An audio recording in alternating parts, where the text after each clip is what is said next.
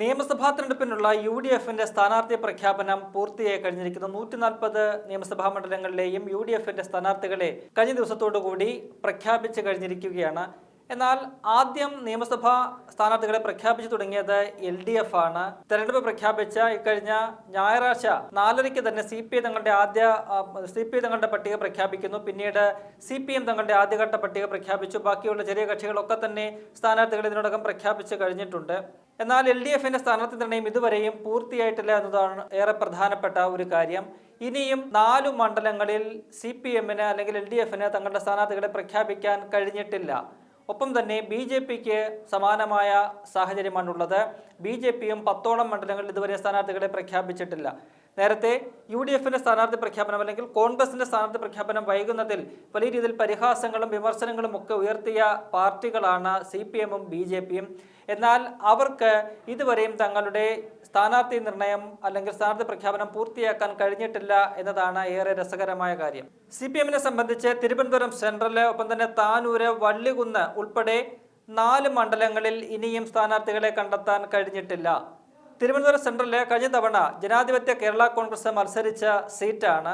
എന്നാൽ അവിടെ sitting MLA ആയിരുന്ന ആന്റണി രാജു അദ്ദേഹം തൊണ്ടിമുതൽ കേസിൽ ശിക്ഷിക്കപ്പെട്ടതോടുകൂടി അയോഗ്യനാവുകയും അദ്ദേഹത്തിന് മത്സരിക്കാൻ പറ്റാത്ത സാഹചര്യം സംജാതമാവുകയും ചെയ്തിരിക്കുകയാണ്. ആ സീറ്റ് ജനാധിപത്യ കേരള കോൺഗ്രസിന് തന്നെ കൊടുത്താൽ അവർക്ക് ഒരു സ്ഥാനാർത്ഥിയെ കണ്ടെത്താനില്ല. ആന്റണി രാജു അല്ലാതെ അവർക്ക് വേറൊരു സ്ഥാനാർത്ഥി അവിടെയില്ല. അപ്പോൾ ആരെ സ്ഥാനാർത്ഥിയാക്കണം എന്നുള്ള ഒരു ആശങ്ക അവിടെ ഇങ്ങനെ നിഴലിക്കുകയാണ്. ജനാധിപത്യ കേരള കോൺഗ്രസിന് ഒരു സ്ഥാനാർത്ഥിയെ മുന്നോട്ട് വയ്ക്കാനില്ല. ഒപ്പം തന്നെ CPM ആ സീറ്റ് ഏറ്റെടുക്കുന്ന കാര്യത്തിൽ ഒരു തീരുമാനവുമായിട്ടില്ല.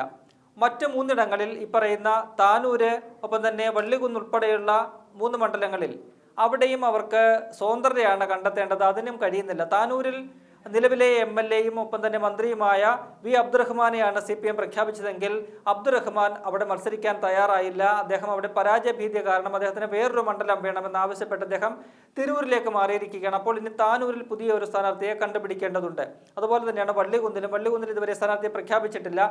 ആരെങ്കിലും ഒക്കെ തന്നെ ലീഗിൽ നിന്ന് കാണാൻ അടർന്നു വരുന്നു എന്ന് നോക്കി കാത്തിരുന്ന് കണ്ണിലെണ്ണ വെച്ചിങ്ങനെ കാത്തിരിക്കുകയാണ് CPM. അതുകൊണ്ട് ഈ 4 മണ്ഡലങ്ങളിലും CPMന്റെ അല്ലെങ്കിൽ LDFന്റെ സ്ഥാനാർത്ഥി നിർണയം പൂർത്തിയാകുന്നില്ല എന്നതാണ് ഏറെ പ്രധാനപ്പെട്ട ഒരു കാര്യം. BJPയെ സംബന്ധിച്ചും 10 മണ്ഡലങ്ങളിൽ അവർക്ക് സ്ഥാനാർത്ഥി പ്രഖ്യാപനം ഇനിയുമായിട്ടില്ല. അതിൽ ഏറ്റവും നിർണായകമായ ഒരു മണ്ഡലം എന്ന് പറയുന്നത് തിരുവനന്തപുരമാണ്. തിരുവനന്തപുരം സെൻട്രൽ മണ്ഡലമാണ്. അവിടെ ശക്തമായ ത്രികോണ പോരാട്ടം നടക്കുന്ന ഒരു മണ്ഡലമാണ്. കഴിഞ്ഞ തവണ ശക്തമായ ഒരു പോരാട്ടമാണ് അവിടെ നടന്നത്. എന്നാൽ BJPക്ക് തിരുവനന്തപുരം സെൻട്രലിൽ ഒരു സ്ഥാനാർത്ഥിയെ കണ്ടെത്താൻ ഇതുവരെയും കഴിഞ്ഞിട്ടില്ല. അതിൽ കഴിഞ്ഞ ദിവസം ഏറെ രസകരമായ ഒരു സംഭവം ഉണ്ടായി എന്നതാണ്. RJDയിൽ, അതായത് LDFന്റെ ഘടകകക്ഷിയായ RJDയിലെ പ്രമുഖ നേതാവായിരുന്ന V. സുരേന്ദ്രൻപിള്ള, അദ്ദേഹം മുൻപ് LDFിലെ മന്ത്രിയും ഒക്കെ തന്നെ ആയിരുന്നു. തിരുവനന്തപുരം സെൻട്രലിൽ നിന്നുള്ള MLA ആയിരുന്നു അദ്ദേഹം. എന്നാൽ അദ്ദേഹം RJDയിൽ നിന്നും രാജിവെച്ചുകൊണ്ട് കഴിഞ്ഞ ദിവസം വാർത്താ സമ്മേളനത്തിൽ ഒരു പ്രഖ്യാപനം നടത്തി. ഇതിനു പിന്നാലെ V. സുരേന്ദ്രൻപിള്ളയെ ലക്ഷ്യമിട്ടുകൊണ്ട് LDFും BJPയും ഒരേപോലെ നീക്കങ്ങൾ നടത്തി എന്നതാണ് ഏറെ രസകരമായ ഒരു കാര്യം. 2 പാർട്ടിയുടെയും CPMന്റെയും BJPയുടെയും നേതൃത്വം V. സുരേന്ദ്രൻപിള്ളയുമായിട്ട് സംസാരിച്ച് അദ്ദേഹത്തെ സ്ഥാനാർത്ഥിയാക്കാനുള്ള നീക്കങ്ങൾ ഒരേ സമയം 2 പാർട്ടികളും നടത്തി എന്നുള്ളതാണ് വളരെ രസകരമായിട്ടുള്ള ഒരു കാര്യം. എന്നാൽ V. സുരേന്ദ്രൻപിള്ള 2 പേരോടും യെസ് പറഞ്ഞിട്ടില്ല. BJP സുരേന്ദ്രൻപിള്ളയോട് മുന്നോട്ട് വെച്ചൊരു ആവശ്യമെന്ന് പറയുന്നത് താമര ചിഹ്നത്തിൽ തന്നെ മത്സരിക്കണമെന്നതാണ്. എന്നാൽ അതിന് സുരേന്ദ്രൻപിള്ള സന്നദ്ധമായില്ല. അദ്ദേഹം അവിടെ മത്സരിക്കുകയാണെങ്കിൽ സ്വതന്ത്രനായിട്ട് മത്സരിക്കാം, തന്നെ പിന്തുണയ്ക്കാം എന്നൊരു നിലപാടാണ് അദ്ദേഹത്തിനുള്ളത്. എന്നാൽ BJPയെ സംബന്ധിച്ച് അവർക്ക് അവിടെ ഒരു പ്രസ്റ്റീജ് മണ്ഡലമാണ്. അവിടെ താമര ചിഹ്നത്തിൽ തന്നെ മത്സരിക്കണമെന്നുള്ള ആഗ്രഹമാണുള്ളത്. എന്നാൽ അത് നടക്കാതെ പോയിരിക്കുകയാണ്. മറുവശത്ത് CPMും ഈ പറയുന്ന V. സുരേന്ദ്രൻപിള്ളയുമായിട്ട് സംസാരിച്ചു. അദ്ദേഹത്തെ അവിടെ സ്ഥാനാർത്ഥിയാക്കാനുള്ള നീക്കം നടത്തിയെങ്കിലും അദ്ദേഹം സന്നദ്ധമായിട്ടില്ല. കാരണം ജനാധിപത്യ കേരള കോൺഗ്രസിന്റെ ആന്റണി രാജു അതിന് തടസ്സം നിൽക്കുന്നുണ്ട്. മാത്രവുമല്ല V. സുരേന്ദ്രൻപിള്ള LDFിനോട് അങ്ങനെ ഒരു യെസ് പറഞ്ഞിട്ടുമില്ല. അത്തരത്തിൽ തിരുവനന്തപുരം മണ്ഡലത്തിൽ, സെൻട്രൽ മണ്ഡലത്തിൽ സ്ഥാനാർത്ഥിയാക്കാനായിട്ട് BJPയും CPMും ഒരു വ്യക്തിയെ തന്നെ നോട്ടമിട്ടുകൊണ്ട് അതിനുള്ള നീക്കങ്ങൾ നടത്തിയ വളരെ രസകരമായ ചില കാഴ്ചകളാണ് കഴിഞ്ഞ ദിവസങ്ങളോട്ടൊക്കെ തന്നെ നമ്മൾ കണ്ടുകൊണ്ടിരിക്കുന്നത്. ഇനി ആരുടെ സ്ഥാനാർത്ഥിയായിട്ട് V. സുരേന്ദ്രൻപിള്ള മാറും എന്നതാണ് നമുക്ക് കാത്തിരുന്ന് കാണുന്നത്. ഇതിനെന്തായാലും സോഷ്യൽ മീഡിയയിൽ വലിയ രീതിയിലുള്ള ഒരു പരിഹാസമൊക്കെ തന്നെ നടക്കുന്നുണ്ട്. നിങ്ങളിങ്ങനെ തർക്കിക്കേണ്ട, തമ്മിൽ തല്ലണ്ട, നിങ്ങൾ CJP മുന്നണിയായിട്ടാണല്ലോ മത്സരിക്കുന്നത്. അപ്പോൾ നിങ്ങളുടെ 2 പേരുടെയും മുന്നണിയുടെ സ്ഥാനാർത്ഥിയായിട്ട്, ഒരു സംയുക്ത സ്ഥാനാർത്ഥിയായിട്ട് V. സുരേന്ദ്രൻപിള്ളയെ അവിടെ മത്സരിപ്പിക്കൂ എന്ന പരിഹാസമാണ് സോഷ്യൽ മീഡിയയിൽ ഉൾപ്പെടെ നമുക്ക് കാണാൻ കഴിയുന്നത്. ഈ തെരഞ്ഞെടുപ്പിൽ നമുക്കറിയാം കേരളത്തിലൊട്ടാകെ തന്നെ CPM-ഉം BJP-യും തമ്മിൽ ഒരു അന്തർധാര ഉണ്ട് എന്നുള്ളത് പരസ്യമായ രഹസ്യമാണ്.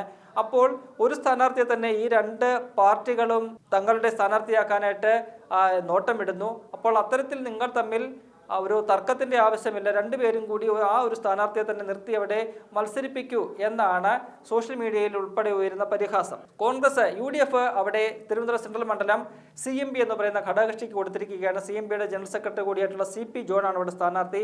അദ്ദേഹം ഇതിനോടകം തന്നെ അവിടെ വലിയ രീതിയിലുള്ള പ്രചരണങ്ങൾ ആരംഭിച്ച് മുന്നോട്ട് പോയി കഴിഞ്ഞിരിക്കുന്നു. മറ്റ് രണ്ട് മുന്നണികളെയും ബഹുദൂരം പിന്നിലാക്കിക്കൊണ്ട് CP ജോൺ ശക്തമായ പ്രചരണ പ്രവർത്തനങ്ങളുമായിട്ട് മുന്നോട്ട് പോവുകയാണ്. ഇത്തവണ തിരുവനന്തപുരം സെൻട്രൽ മണ്ഡലം UDF തിരിച്ചു പിടിക്കുമെന്നുള്ള കാര്യത്തിൽ യാതൊരു സംശയവുമില്ല. കഴിഞ്ഞ തവണ അവിടുത്തെ സിറ്റിംഗ് MLA മുൻ മന്ത്രിയുമായിരുന്ന VS ശിവകുമാറിനെയാണ് ഏതാണ്ട് 7000-ഓളം വോട്ടുകൾക്കാണ് ആന്റണി രാജു പരാജയപ്പെടുത്തിയത്. എന്നാൽ ഇത്തവണ ആ മണ്ഡലം തിരിച്ചു പിടിക്കാൻ കഴിയുമെന്ന തികഞ്ഞ ആത്മവിശ്വാസം UDF-നുണ്ട്.